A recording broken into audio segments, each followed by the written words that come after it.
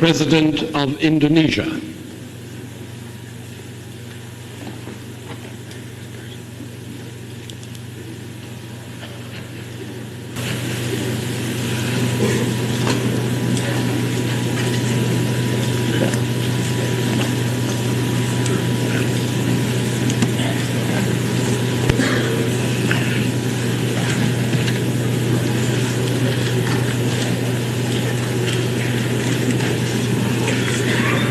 Mr. President, Your Excellencies, distinguished delegates and representatives, today, in addressing this session of the United Nations General Assembly,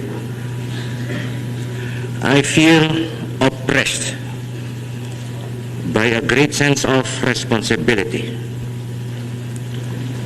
I feel a humility in speaking to this august gathering of wise and experienced statesmen from east and west, from the north and from the south, from old nations and from young nations, and from nations newly reawakened from a long sleep.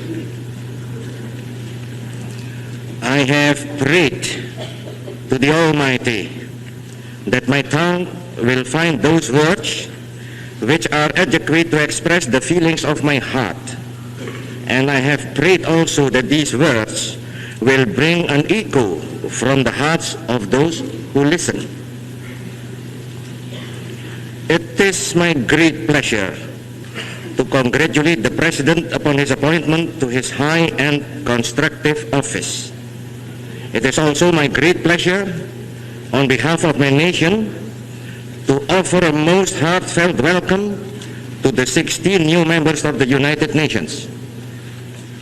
Now, today, I address the leaders of nations and the builders of nations. But, indirectly, I speak also to those you represent, to those who have sent you here, to those who have entrusted their future to your hands. I greatly desire that my words shall strike an echo also in those hearts, in the deep heart of humanity, in that great heart from which has been brought so many shouts of joy, so many cries of sorrow and despair, and so much love and laughter. Today it is President Sukarno who addresses you. But more than that, though, it is a man, Sukarno, an Indonesian, a husband, a father, a member of the human family. I speak to you on behalf of my people, those 92 million people of a distant and wide archipelago, those 92 million people who have lived a life of struggle and sacrifice, those 92 million people who have built a state upon the ruins of an empire. They and the people of Asia and Africa, of the American continent and the European continent and the people of the Australian continent, they are watching and listening and hoping. They see in this organization of the United Nations a hope for the future and a prospect of the present. The decision to attend this session of the General Assembly was not an easy one for me to take. My own nation faces many problems, and time to solve those problems is always short. However, this is perhaps the most important assembly yet held, and all of us have a responsibility to the rest of the world as well as to our own nations. None of us can escape this responsibility, and surely none wish to. I am very sure that the leaders of the younger and the reborn nations can make a very positive contribution to the solution of the many problems facing this organization and the world at large. Indeed, I am confident that man may once again say, the new world is called to redress the balance of the old.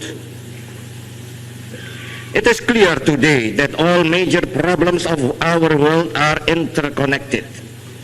Colonialism is connected to security. Security is connected to the question of peace and disarmament.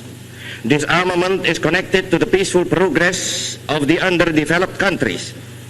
Yes, all are connected and interconnected. If we succeed in finally solving one problem, then the way to the solution of all the others will be open.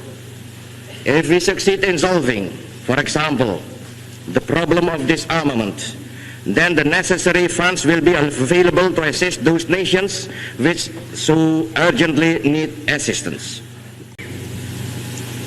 5 years ago, 29 nations of Asia and Africa sent their representatives to the Indonesian city of Bandung. 29 nations of Asia and Africa. Today, how many free peoples are there? I will not count them, but look around this chamber now. Then tell me whether I am right or not when I say that this is the time of the building of nations and the time of the emergence of nations. Yesterday, Asia, and that is a process not yet completed. Today, Africa, and that too is a process not yet completed. For 15 years now, the West has known peace, or at least the absence of war. Of course, there have been tensions. Yes, there has been danger. But the fact remains that in the midst of a revolution engulfing 3/4 of the world, the West has been at peace. Both great blocs, in fact, have successfully practiced coexistence for all those years, thus contradicting those who deny the possibility of coexistence. We of Asia, I repeat, we of Asia, we have not known peace. After peace came to Europe, we endured atomic bombs. We endured our own national revolution in Indonesia. We endured the torment of Vietnam. We suffered the torture of Korea. We still suffer the agony of Algeria. Is it now to be the turn of our African brothers? Are they to be tortured while our wounds are still unhealed? And yet, the West is still at peace. Do you wonder that we now demand, yes, demand respite from our torment? Do you wonder that now my voice is raised in protest? We, who were once voiceless, have demands and requirements. We have the right to be heard. We are not subject of barter, but living and virile nations with a role to play in this world and a contribution to make.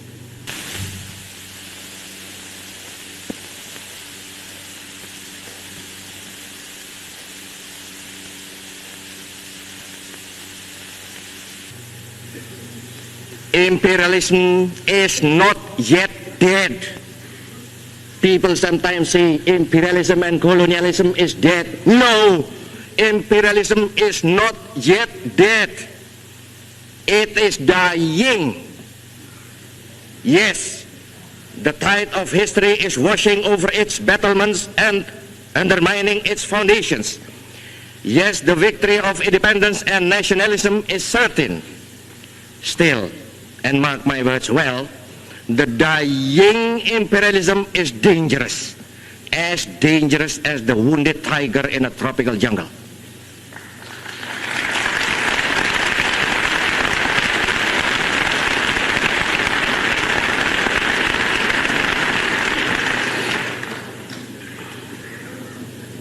I tell you this, and I am conscious of speaking now for my Asian and African brothers.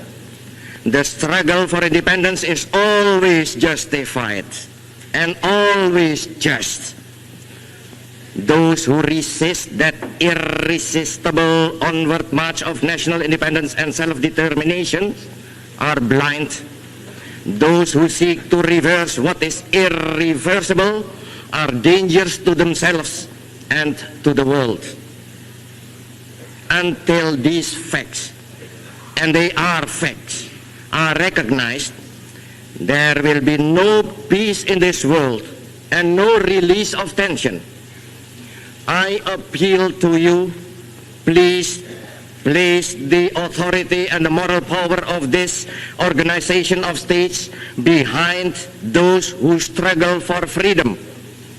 Do that clearly, do that decisively, do that now, do that, and you will gain the full and wholehearted support of all men of goodwill.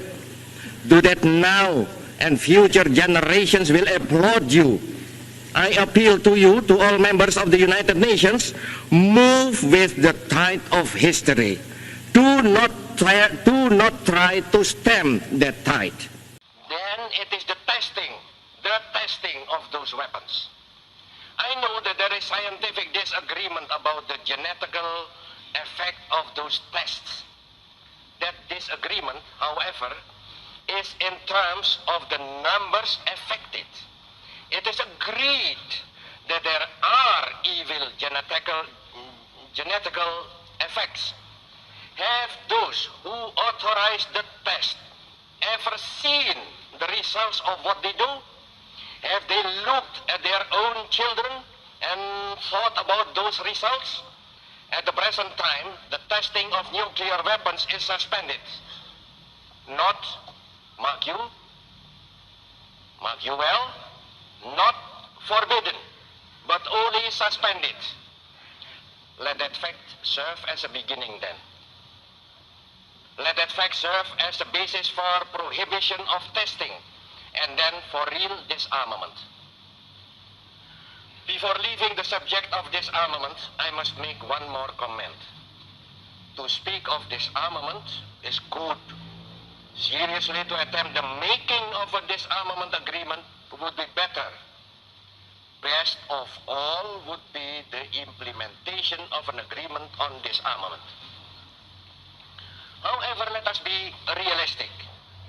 Even the implementation of a disarmament agreement would not guarantee peace to this sore and troubled world. Peace will come only when the causes of tension and conflict are removed. If there is a cause for conflict, then men will fight with pointed sticks if they have no other weapon. I know because my own nation did that very thing during our struggle for independence. We fought then with knives and pointed sticks. In order to make peace, we must remove the causes of tension and of conflict. That is why I spoke deep from my heart about the necessity of cooperation to bring about the final and glorious end of imperialism.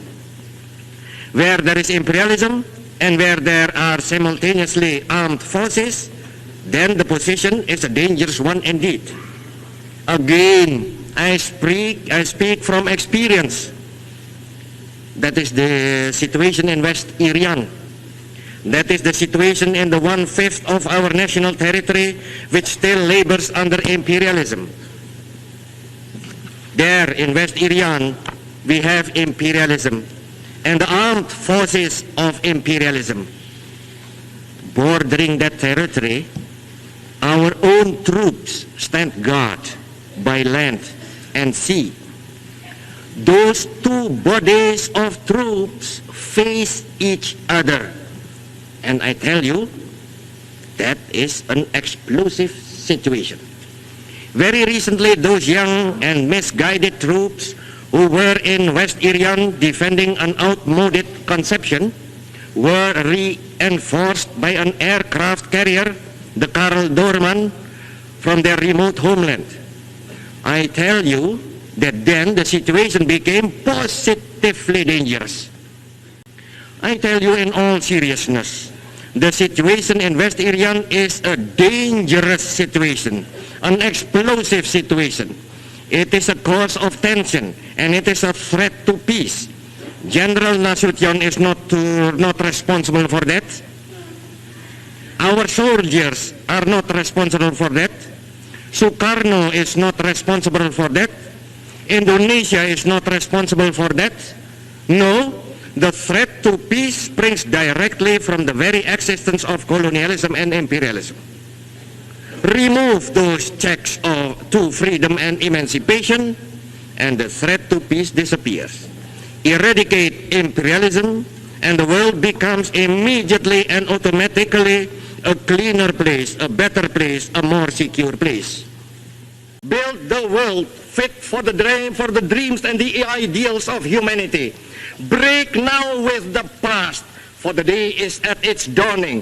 Break now with the past, so that we can justify ourselves with the future. I pray God Almighty will bless and guide the deliberations of this assembly. I thank you all.